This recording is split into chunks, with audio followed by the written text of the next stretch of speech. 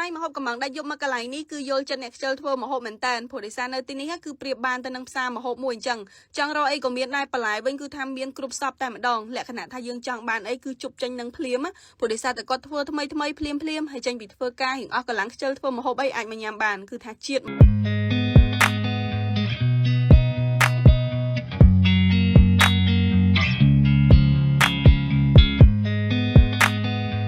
ធ្លាប់តែចេញទៅខាងក្រៅរងថ្ងៃឪពុកម៉ែបងប្អូនដល់ពេលថ្ងៃនេះវិញគឺថានៅអង្គុយធ្វើការនៅកន្លែងដែលមានអារម្មណ៍ថារៀងអស់កម្លាំងអញ្ចឹងអត់មានចាំយូរទេនាំគ្នាជីទៅរកអីក្តៅហត់ដើម្បីឲ្យមានកម្លាំងបំពេញធម៌ពលណាហើយសម្រាប់ទីតាំងដែល Twister ទៅនេះគឺមានឈ្មោះថា Polly នៅម្ដុំផ្សារសូរិយាមលដែលនៅកន្លែងគាត់ហ្នឹងគឺមានលក់ជាប្រភេទបាយម្ហូបកំងឪពុកម៉ែបងប្អូនគឺគាត់ធ្វើថ្មីភ្លាមហើយនៅកន្លែងគាត់គឺមានច្រើនមុខមែនតើមើលតែបន្លែទៅគឺដឹងអីប្រៀបបានទៅនឹងផ្សារម្ហូបមួយអញ្ចឹងចង់រកអីក៏មានដែរលក្ខណៈថាយើងនឹកឃើញចង់ញ៉ាំអីគឺជប់ចេញបានភ្លាមហ្មងព្រោះដោយសារតែចុងភៅនៅទីនេះគឺគាត់សុទ្ធសឹងតែមានជំនាញណាហើយបើថាមើលផ្កាស្នោក៏ដូចជាគ្រឿងក្រៅគ្រឿងទេសដែលគាត់រៀបចំនេះមកគឺទំនងមែនតើតាមពិតទៅនៅនេះគឺគេល្បីមកយូរហើយពុកម៉ែបងប្អូនបើតាម Twister សាកសួរគឺគិតមកដល់ឥឡូវនេះគាត់បើកដូចជាខ្ទង់10ឆ្នាំជាងអីតាំងពីឆ្នាំ2013មកណាហើយ Twister ទើបតែមានឱកាសបានទៅញ៉ាំនៅកន្លែងគាត់ប៉ុន្តែរសជាតិគឺឆ្ងាញ់មែនដកចិត្តអត់រួចហ្មងហើយដូចត្រីចៀននេះអញ្ចឹងគឺថាគាត់ចៀនថ្មីភ្លាមអញ្ចឹងនៅពេលដែលយើងញ៉ាំទៅគឺទទួលបានរសជាតិថាដូចយើងញ៉ាំនៅផ្ទះខ្លួនឯងអញ្ចឹងហើយសំខាន់អត់ហត់ទេ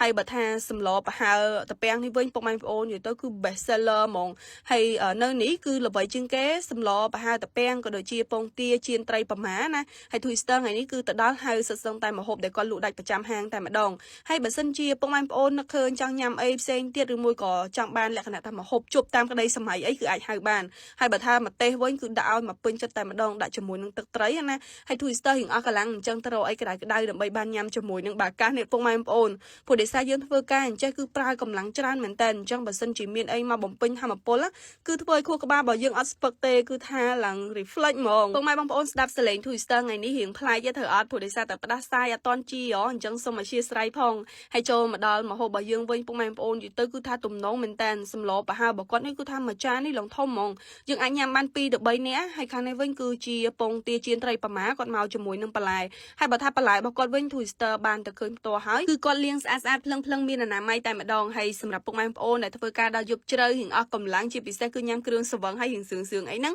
គឺអាចញ៉ាំជាមួយនឹងបាកាសបានសម្រាប់បាកាសគឺមាន2រសជាតិមានជាតិស្ករហើយនិងអត់ជាតិស្ករសម្រាប់បាកាសគឺលើពីភេសជ្ជៈពៅកម្លាំងជំនួយស្មារតីក្នុងការបើកបរជួយបន្សាបជាតិស្រវឹងជាពិសេសហ្នឹងគឺជំនួយទៅដល់ការចងចាំរបស់យើងទៀតពុកម៉ែបងប្អូនព្រោះដោយសារតែបាកាសគឺជាភេសជ្ជៈលេខ1ពីប្រទេសកូរ៉េផ្សំចេញពីយិនសិន Royal Jelly Taurine និងសារធាតុសំខាន់ជាច្រើនទៀតអញ្ចឹងសម្រាប់ពុកម៉ែបងប្អូនដែលធ្វើការដល់យប់ជ្រៅដូច Twister អីគឺអាចញ៉ាំជាមួយនឹងបាកាសបានហើយចូលមកដល់ម្ហូបរបស់យើងវិញសម្រាប់ខាងនេះគឺជាឆាក្តៅកែពុកម៉ែបងប្អូនហើយសម្រាប់តម្លៃនៅទីនេះវិញគឺមានចាប់ពី15000 20000ទៅពុកម៉ែបងប្អូនអាចទៅដល់សាកសួរបន្ថែមហើយសម្រាប់រសជាតិនៅកន្លែងគាត់គឺឆ្ងាញ់បើសិនជាពុកម៉ែបងប្អូនចង់ទៅញ៉ាំគឺអាចទៅបានគាត់មានបើកចាប់ពីម៉ោង5ល្ងាចរហូតដល់ម៉ោង6ព្រឹកវីដេអូរបស់ Twister មានតែប៉ុណ្្នឹងទេបាយ